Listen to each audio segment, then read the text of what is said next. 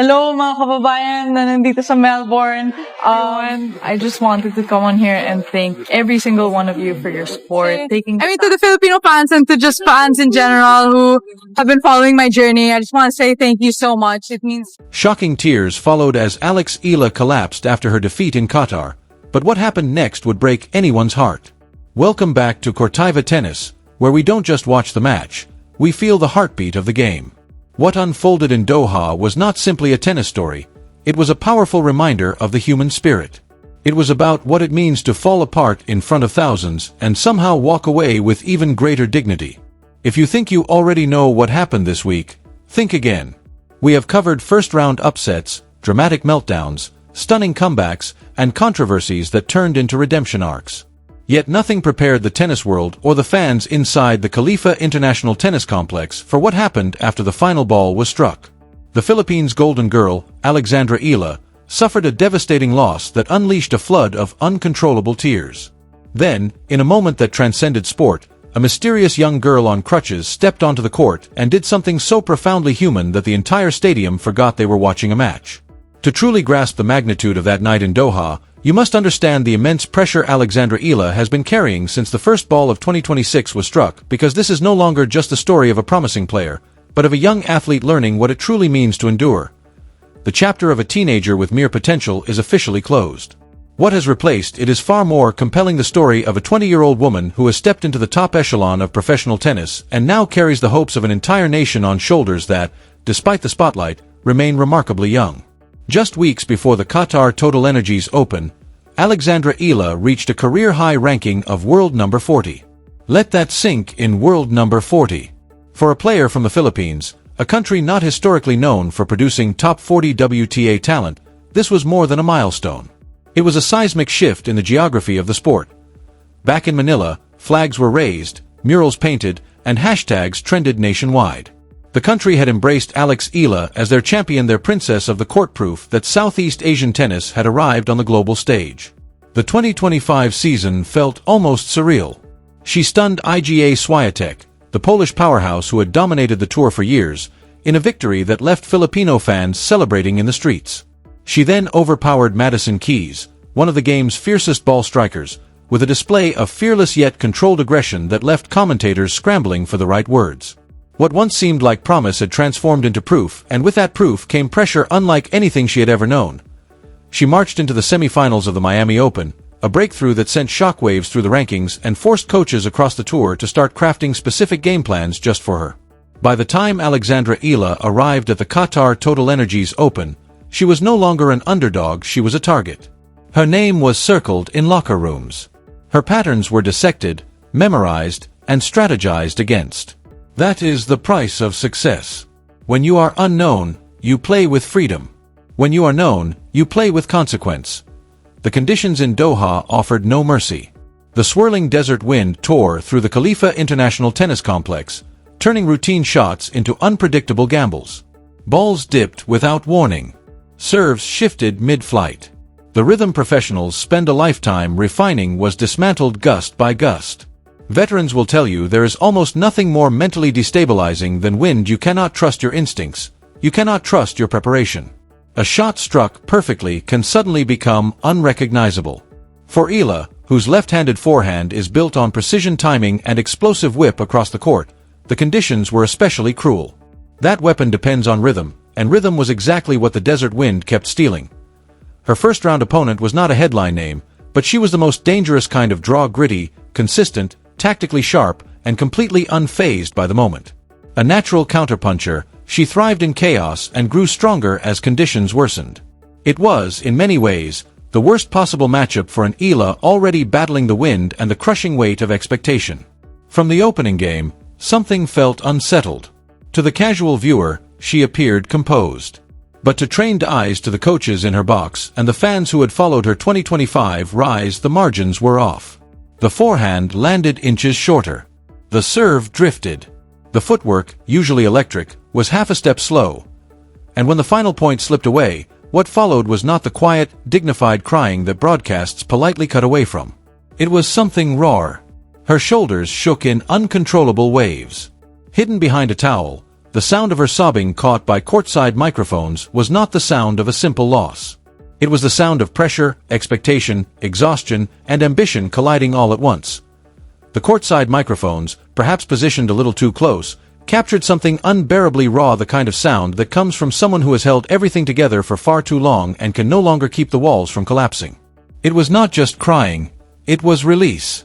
It was the sound of 20 years of training, of early mornings and missed birthdays, of sacrificed teenage moments, endless flights, anonymous hotel rooms, and the beautiful but punishing grind of professional tennis all rising to the surface at once.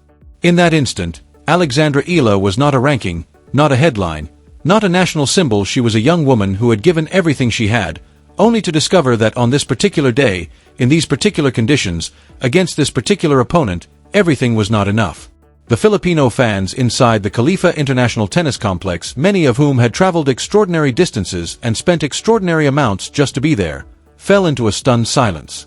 Broadcast footage showed hands covering mouths, couples leaning into one another, a father wrapping his arm around his teenage daughter. Someone in the upper rows openly wiped away tears. The grief in the stadium felt communal, shared, almost sacred, the kind of collective emotional moment that sport creates at its most powerful and unfiltered. Security personnel exchanged uncertain glances. They were trained for disruptions, for danger, for chaos, not for heartbreak. Not for the sight of a 20-year-old star undone by grief in the corner of a court before thousands of witnesses.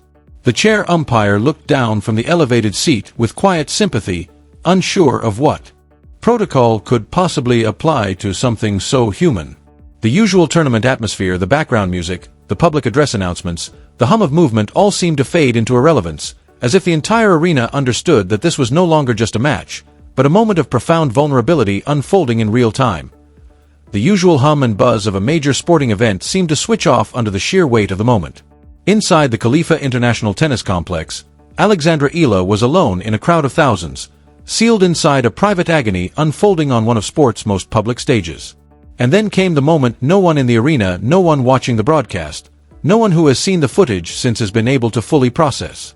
Something happened that no security protocol, no tournament regulation, and none of the carefully choreographed pageantry of a WTA 1000 event could have anticipated. From the lower tier of the stands, a small figure separated from the seated rows and began moving toward the security barrier at court level. The television cameras, scanning for crowd reactions, caught the movement almost by accident, and once they did, they could not look away. It was a child, no more than 10 years old, slight and small, wearing an oversized t-shirt with Eala's face printed across the front, the kind of lovingly imperfect fan merchandise worn with the proud devotion of a true believer. But it was not her age, and it was not the shirt, that made every security officer at the barrier hesitate in that suspended, breathless instant, and that critical instant, the very moment when security, by every regulation in the tournament handbook, should have stepped forward to stop her. They froze. Because the small figure moving toward the barrier was on crutches. Her right leg was locked inside a thick medical brace, heavily bandaged, the kind of serious orthopedic hardware that speaks of real pain and recent trauma. She descended the steep lower-tier steps of the Khalifa International Tennis Complex with intense, deliberate focus, like someone who had already learned how unforgiving a single misstep could be. Click, swish, step. Click, swish, step. The sound of the crutches formed a slow, measured rhythm, each placement precise, each movement calculated. And yet she did not hesitate. She did not scan the barrier for permission or pause to ask whether she was allowed to continue. She simply kept moving, propelled by the uncomplicated certainty only a child can possess, the certainty that what she was about to do was necessary. There was no doubt in her posture, no space in her mind for the possibility of being turned away. While thousands watched in stunned silence and Alexandra Eala remained folded into her grief on the court, this young girl advanced step by careful step, as if the rules of the arena no longer applied, as if something far more important than protocol was unfolding in that moment. The security personnel looked at the girl. Then they looked at each other.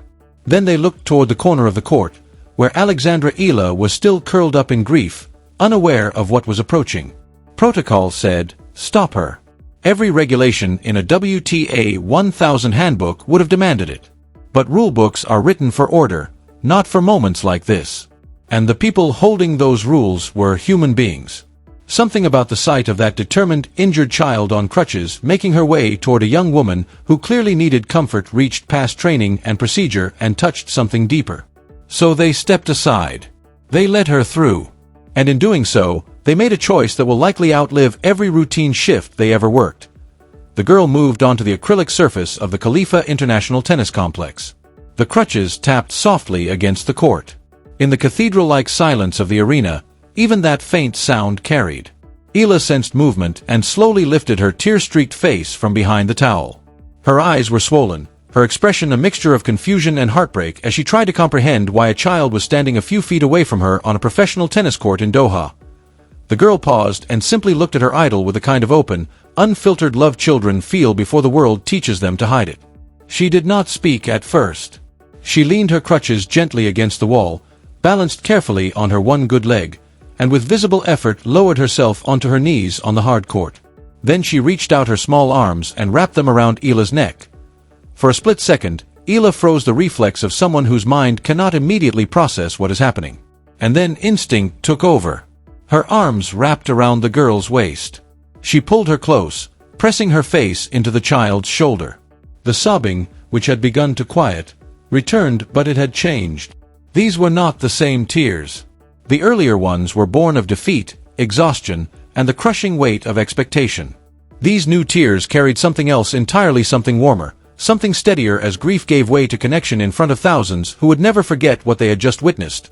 From the pocket of her oversized t-shirt, the girl pulled out a small medal, its edges slightly tarnished, hanging from a frayed red ribbon that had clearly been tied and untied so many times the knot had taken on a permanent shape of its own. It was not the polished silverware of the professional circuit, not a Women's Tennis Association trophy, not a Grand Slam prize. It was the kind of medal won at a school tournament or a local junior competition, where the reward matters far less than the courage to compete. The kind of medal a child pins above her bed and touches before falling asleep. And she had carried it all the way to Qatar. "I won this in my school tournament just before I got hurt," she said, her voice steady now, clear and unwavering. "I kept it for you. I told myself that when I met you, I would give it to you because you are the real champion. Please take it. You need it more than me today." Alexandra Eala stared at the medal, then at the girl. You could see the emotions crossing her face, the instinct to refuse, the understanding of what this simple object must mean to its young owner, the awareness that accepting it would mean accepting something far larger than metal and ribbon. She gently shook her head, mouthing, "No, no, it's yours." But the girl pressed it firmly into her palm, closed Eala's fingers around it, and left no space for negotiation. "You are a champion," she said with quiet certainty. Champions fall down, but they don't stay down, and the history of sport, there have been countless famous speeches and unforgettable quotes, words shouted in locker rooms or delivered from podiums, but rarely has a lesson landed with such simple, piercing clarity as it did in that silent corner of a tennis court in Qatar. Great coaches have delivered speeches that moved grown men to tears. Athletes have offered post-match reflections that echoed for decades. But champions fall down, but they don't stay down, spoken by a 10-year-old girl with a bandaged leg, kneeling on a tennis court in Qatar, pressing her small school medal into the palm of a sobbing 20-year-old world number 40. It is hard to imagine words landing with more force in any sporting moment. As Alexandra Eala looked down at the medal resting in her hand, something shifted behind her eyes. It wasn't dramatic or theatrical. It was tectonic. The quiet transformation of someone stepping from one version of herself into another. She lifted the medal and kissed it. Then she reached into her bag, pulled out a marker, and removed both wristbands, the same one she had worn through every point of that grueling 3-set battle, soaked with sweat and effort and the invisible emotional weight of competition. She signed them carefully and slid them onto the girl's wrists. Next, she walked to the baseline and picked up her racket, the one she had dropped in defeat, the one that had produced every winner and every error. She signed the grip slowly, deliberately, and placed it in the girl's hands. The child held it to her chest as if it were something sacred. Together, they helped each other up, Eala steadying herself, then reaching down to help the girl gather her crutches and rise. For a moment they stood side by side inside the Khalifa International Tennis Complex. The world number 40 and a 10-year-old champion, arms linked, facing a crowd that had risen into a thunderous standing ovation. Then they walked toward the tunnel together, not as star and fan, but as two people who had both fallen in their own ways and refused to stay down. What unfolded that day instantly became the defining image of the 2026 tennis season. Within hours, it was one of the most shared moments in recent sports history. The hashtag #LabanAlex, already circulating among Filipino supporters, surged across social media, no longer just a rallying cry for victory, but a symbol of resilience, connection, and the reminder that sometimes the most powerful triumph has nothing to do with the scoreboard. The footage spread worldwide almost instantly. Within an hour, a second hashtag had begun eclipsing the first in Speed the Girl with the Medal. The clip was shared by current tour players, retired legends, sports journalists who rarely allow sentiment into their vocabulary, and millions of ordinary people for whom tennis is not a primary interest but who recognized in this moment something that transcended sport entirely. The WTA's official social media accounts posted the clip with the simple caption, "This is tennis." In just 12 hours, it garnered more engagement than any single post the organization had made in the previous year. Reports quickly emerged that Alexandra Eala's management team was working to identify the young girl and her family, with unconfirmed sources suggesting invitations to future tour events and ongoing support were being considered. Fans across social platforms launched their own efforts to locate her, not with invasive intensity, but with the genuine warmth of a community moved by a shared human moment. As of now, the girl's full identity has not been publicly confirmed, and given that she is a minor, that discretion is both correct and necessary. The family is believed to be in contact with Eala's team. Meanwhile, the broader tennis world was grappling not just with the emotional spectacle, but with the deeper questions it exposed. Eala's breakdown, and it should be called exactly that, without euphemism or minimization, has cast a spotlight on a conversation the sport has been slowly, tentatively beginning: the mental health and emotional welfare of its players. Young athletes are built into superstars, loaded with sponsorships, expectations, and the hopes of entire nations. Their victories are celebrated with viral intensity, yet when the pressure cracks something within them, the world often watches from an uneasy distance. The WTA has made meaningful strides in recent years toward supporting players' mental well-being, but moments like this reveal just how much more work remains and how urgently the human side of sport must be recognized alongside the performance. Moments like Doha are a stark reminder that, even with the mental health resources and support structures the WTA has been developing, the reality of what players actually carry can far exceed what any system can anticipate. Alexandra Eala is no stranger to pressure. From her junior career, she has been one of the most technically gifted and mentally resilient teenagers the Philippines has ever produced in any sport. Her transition to the professional tour wasn't seamless, few transitions ever are, but her resilience has always been a defining feature. Next week in Dubai, Eala will face another grueling WTA 1000 field. The draw will be deep, the conditions different, and the pressure, if anything, greater. The clip from Doha will be everywhere, framing every match she plays from now on. Yet those who have followed her career know something beyond rankings and statistics. When she steps onto that court, something will be different. Somewhere in her bag is that small, slightly tarnished gold medal on a frayed red ribbon. When the match tightens, when mistakes creep in, and the legs feel heavy, she will remember the words of the 10-year-old who flew to Qatar on crutches just to tell her, champions fall down, but they don't stay down. Tennis at its highest level is often called the loneliest sport in the world. No teammates, no substitutions, no timeouts. You walk onto the court alone, you compete alone, and when it's over, you face the outcome alone. But what happened in Doha last week reminded everyone, players, coaches, broadcasters, and fans alike, that the loneliness is only a surface condition. Beneath it lies a network of connection, invisible yet powerful, that makes the sport meaningful. Eala lost the match. The scoreboard confirms it. The ranking points reflect it. The draw sheet verifies it. Yet she walked off that court with something no scoreboard could measure: the pure, uncomplicated proof that what she does with her life inspired a little girl with a bandaged leg, who crossed borders to kneel on a professional court and say, "I'm proud of you." That is not a consolation prize. That is the essence of sport, of humanity, and of connection. So, what do you think? Was this the most emotional moment the tennis world has witnessed in years? Will Alexandra Eala come back stronger, or does the weight of that moment change the way she competes? And more importantly, has a sporting moment ever hit you as hard as it hit the fans in Doha and around the world? Drop your thoughts in the comments. We read every single one. If this story moved you, if it made you feel something real about sport and humanity, hit the like button. It genuinely helps Qatar Tennis share these stories with the people who need to hear them. Subscribe and ring the notification bell so you never miss a moment where tennis goes beyond the sport into something bigger. We're Qatar Tennis. Don't just watch history, be part of the conversation. Smash that like button if you believe in Alexandra, and drop the word champion in the comments if you know she will come back stronger than ever. This channel exists because of every one of you who shows up for the real stories behind the sport. We'll see you in the next update.